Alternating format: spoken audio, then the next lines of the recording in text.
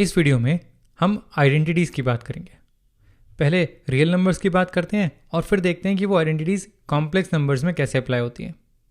तो कुछ आइडेंटिटीज़ को याद करने की कोशिश करते हैं, अपनी यादें ताज़ा करने की कोशिश करते हैं।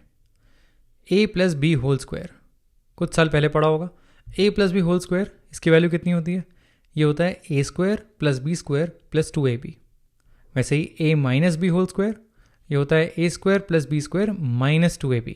यहाँ प्लस है, यहाँ माइनस है। ये तो स्क्वायर्स हो गए, हम क्यूब्स भी निकाल सकते हैं। a plus B whole cube, ये होता है a cube plus B cube plus 3ab times a plus B.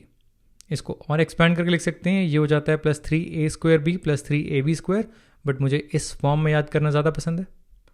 वैसे ही a minus B whole cube होता है a cube minus B cube minus 3ab into a minus B. यहाँ सारे sign plus होते हैं, यहाँ सारे sign minus. Of course a cube का साइन प्लस ही होता है, बट ये मेरा याद करने का तरीका है।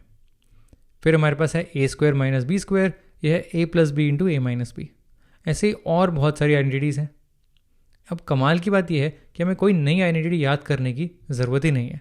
बट जैसा हमने अलजेब्रा ऑफ कॉम्प्लेक्स नंबर्स में देखा, बहुत सारी प्रॉपर्टीज़ जो रियल नंबर्स के लिए लागू होती हैं, वही प्रॉपर्टीज़ कॉम्प्लेक्स नंबर्स के लिए भी लागू होती हैं। तो यही सारी आइडेंटिटीज़ जो a और b रियल नंबर्स के लिए होती हैं, वही दो कॉम्प्लेक्स नंबर्स z1 और z2 के लिए भी होंगी। जैसे यहाँ पर a plus B whole square है, तो यहाँ पर z1 प्लस z2 का होल स्क्वायर लिख सकते हैं। और a की जगह z1 और b की जगह z2 जब डालेंगे तो राइट हैंड साइड भी बिल्कुल वही आएगी जो यहाँ पर है, z1 square plus z2 square plus 2z1 z2। ऐसे ही बाकी सारी आइडेंटिटीज़ हैं। तो कुछ नया नहीं है यहाँ पर। जो चीज़ रियल नंबर्स के लिए लागू होती है वही कॉम्प्लेक्स नंबर्स के लिए भी लागू होती है। तो अब अगर हमें इन्हें प्रूव करना हो तो हम कुछ लॉज यूज़ कर सकते हैं जो हमने अलजेब्रा ऑफ कॉम्प्लेक्स नंबर्स वाली वीडियोज़ में देखे थे। जैसे एक करके देखते हैं। पहली वाली आइडेंटिटी है z1 प्लस z2 का होल स्क्वायर।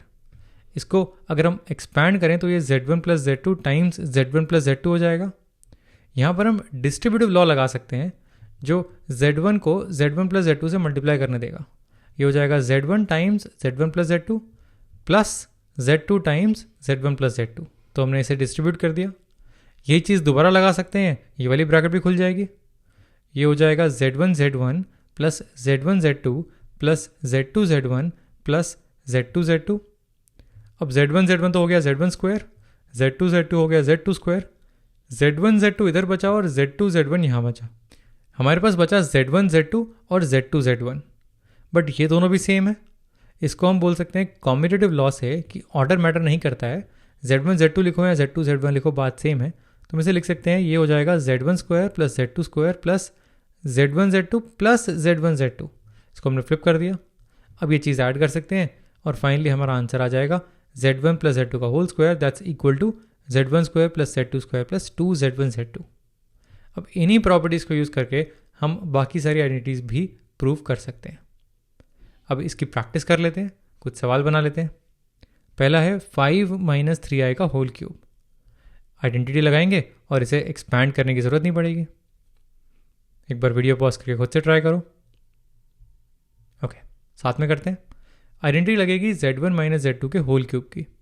यह है z1 cube minus z2 cube minus 3z1 z2 times z1 minus z2। जब भी i का स्क्वायर या क्यूब हो रहा होगा तो प्लस माइनस साइन का खास ध्यान रखना है। तो चलो साथ में करते हैं। यहाँ z1 है 5 और z2 है 3i।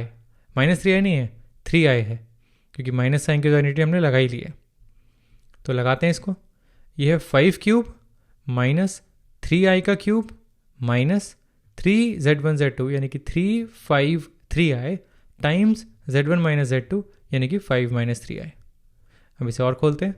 5 क्यूब हो जाएगा 125, 3i का क्यूब हो जाएगा 27i cube minus 3 5 3 9 times 5 45i times 5 minus 3i। इसको और एक्सपैंड करेंगे तो हो जाएगा 125, i क्यूब होता है minus i minus minus plus, तो ये हो जाएगा प्लस 27i। 45 टाइम्स 5 होता है 225, तो ये हो जाएगा minus 225i minus minus plus 45 times 3 होता है 135 और ये है i स्क्वायर। इस i स्क्वायर को वापस से माइनस 1 लिख सकते हैं।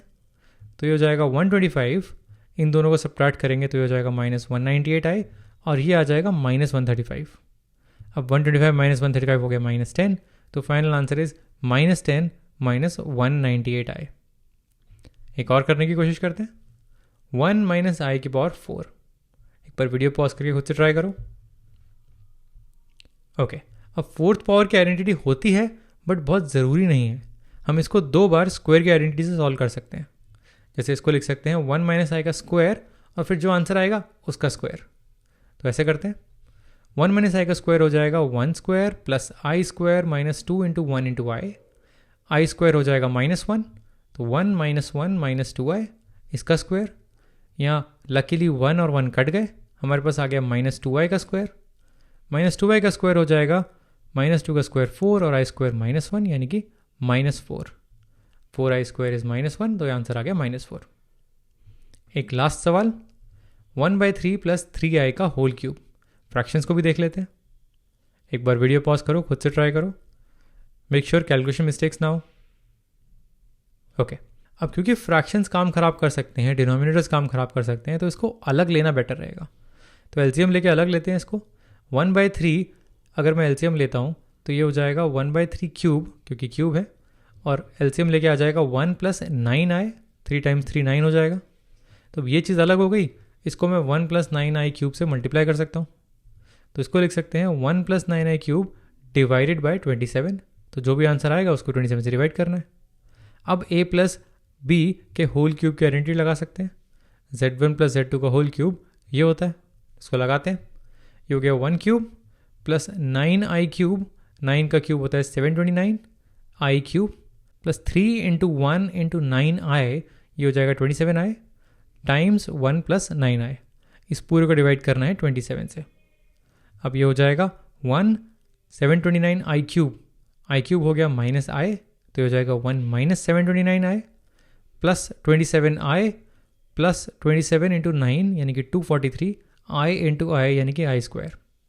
एक बार फिर i स्क्वायर को माइनस i लिखना है, तो ये हो जाएगा 1 माइनस 729 प्लस 27, ये हो जाएगा 702, और यहाँ i स्क्वायर है तो ये हो जाएगा -1, तो 243 के साथ एक माइनस साइन आ जाएगा। तो फाइनल आंसर हो गया 1 माइनस 243 यानी कि -242 माइनस 702i डिवाइडेड बाई 27।